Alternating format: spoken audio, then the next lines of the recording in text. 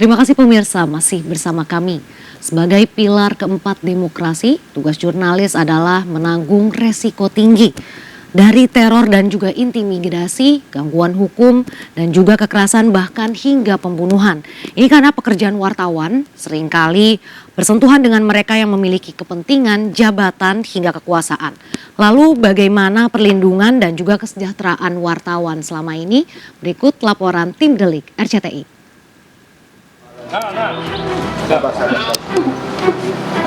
Buru. Iya, Jonat. Profesi jurnalis menjadi salah satu bidang pekerjaan yang memiliki risiko tinggi. Mulai dari intimidasi, teror, gugatan hukum, hingga kekerasan fisik kerap menghampiri para pekerja media. Meski produk undang-undang yang mengatur perlindungan terhadap para jurnalis sudah ada sejak dulu, namun kasus kekerasan terhadap wartawan tidak kunjung berakhir. Seperti dalam Undang-Undang Nomor 40 Tahun 1999 tentang Pers dan Kode Etik Jurnalistik Wartawan Indonesia yang merupakan salah satu bentuk perlindungan terhadap profesi jurnalis. Dalam pasal 8 Undang-Undang Nomor 40 Tahun 1999 disebutkan bahwa dalam menjalani profesinya wartawan Indonesia mendapatkan perlindungan. Lalu dalam pasal 18 Undang-Undang Nomor 40 Tahun 1999 diatur ketentuan pidana bagi siapa saja yang sengaja melawan hukum, menghambat fungsi, tugas, dan peran wartawan diberi sanksi sesuai dengan hak dan kewajiban sesuai aturan undang-undang.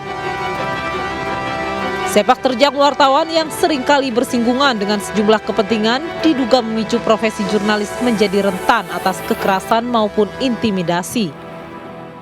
Pekerjaan wartawan ini kan salah satu pekerjaan yang memiliki risiko yang lebih tinggi lah, karena pekerjaan kita itu adalah mendapatkan dan mempublikasikan informasi. Dan kalau informasinya baik, tentu membuat orang senang. Tapi kan masalahnya tidak semua informasi yang dihasilkan wartawan itu kan biasanya baik buat orang. Ada yang isinya malah membuat orang merasa tidak senang atau sakit hati, dan itu berbuah berpotensi menimbulkan kekerasan atau gugatan hukum gitu. Ancaman kriminalisasi, intimidasi hingga gugatan hukum seolah ditujukan untuk makin mempersempit ruang gerak seorang wartawan dalam melakukan tugas peliputan. Tak jarang aksi-aksi teror terhadap wartawan dipicu oleh pemberitaan yang dinilai mengganggu kepentingan pihak lain yang tengah bermasalah. Ya, kita tahu bahwa kebenaran itu kadang-kadang pahit bagi orang. Karena kalau kita menulis bahwa korupsi misalnya atau pembunuhan oleh Ferdy Sambo, itu kan kebenaran. Nah, bagi Sambo dan para pendukungnya itu kan kebenaran yang pahit ya. Bagaimana kita tetap memberikan informasi yang baik, tapi kita juga tetap bisa aman lah. Dan makanya saya kira kalau kita mengikuti kode etik, ya saya kira kita proteksi yang paling baik lah bagi kita sebagai wartawan. Setiap tahunnya diperkirakan terjadi puluhan kasus kekerasan terhadap wartawan, mulai dari menghalangi tugas peliputan, intimidasi, pemukulan, hingga pembunuhan. Adapun ancaman terhadap kekerasan pers biasanya datang dari kalangan pejabat publik seperti aparat kepolisian, kepala daerah, dan pejabat berwenang lainnya. Untuk kasus-kasus berat yang berujung pada hilangnya nyawa wartawan, Aliansi Jurnalis Independen mencatat ada 9 kasus jurnalis yang terbunuh karena pemberitaan, di mana hingga saat ini proses hukum atas kasus-kasus tersebut rata-rata tidak menemui titik terang. Di antaranya kasus wartawan Fuad Muhammad Syafruddin pada 1996, kasus wartawan Naimullah pada 1997, kasus wartawan Agus Mulyawan pada 1999, kasus wartawan Muhammad Jamaluddin pada 2003, kasus wartawan Ersa Siregar pada 2003, kasus wartawan Herlianto pada 2006, kasus wartawan Ardiansyah Martrais Wibisono pada 2010, kasus wartawan Anak Agung Prabangsa pada 2009, dan kasus wartawan Alfred Mirulewan pada 2010. Kasus terbunuhnya wartawan karena pemberitaan maupun insiden di lapangan peliputan menunjukkan masih rentannya profesi ini dalam menjalankan tugasnya. Perlindungan hukum yang ada selama ini seolah belum sepenuhnya bisa menjamin keselamatan para jurnalis.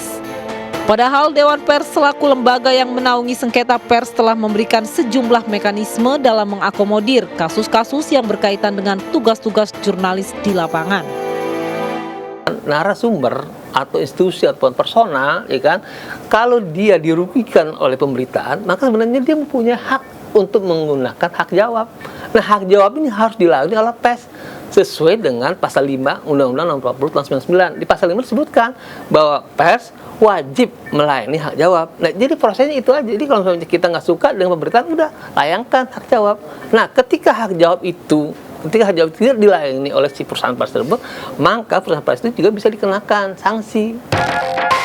Sayangnya, meski telah disediakan mekanisme pelaporan setiap sengketa pemberitaan melalui Dewan Pers, namun tak sedikit pihak yang langsung main hakim sendiri dengan melakukan serangkaian kekerasan. Selain itu, keengganan pihak yang berperkara untuk melapor serta lambatnya proses maupun respon penegak hukum semakin membuat kasus-kasus kekerasan terhadap wartawan menguap begitu saja. Karena kalau undang-undang ini sudah akomodatif ya, maka mestinya kan para yang dilakukan, maksud saya orang-orang yang melakukan dugaan tindak pidana tadi itu bisa dijerat dengan mudah. Tapi ternyata kan tidak mudah. Ini menunjukkan bahwa ada kendala di dalam undang-undang tersebut gitu. Selama ini memang dalam konteks hukum positifnya ya, undang-undang pers itu masih pada posisi seperti itu, dan itulah yang kemudian menjadi kendala ya, kelambanan atau kemudian merasa ketidakkewenangan dari Dewan Pers untuk menangani tadi itu. Selain ancaman kekerasan, tak sedikit para pekerja media yang juga masih harus menghadapi kondisi kesejahteraan yang minim. Faktanya tak sedikit wartawan yang belum memperoleh kesejahteraan yang sepadan dengan risiko profesinya.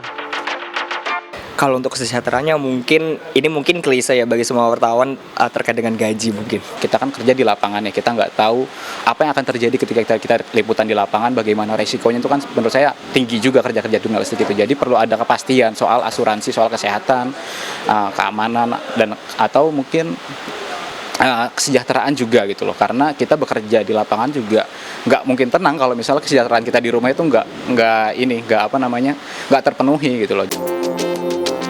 Sebagai salah satu komponen dalam penyebar luasan informasi, profesi wartawan memegang peranan penting dalam sebuah negara demokrasi. Karena itu, kemerdekaan pers harus ditegakkan, salah satunya dengan memberikan perlindungan menyeluruh dalam menjalankan tugas-tugas jurnalistik. Jangan sampai pilar keempat demokrasi ikut mati karena kerja jurnalistik yang diciderai.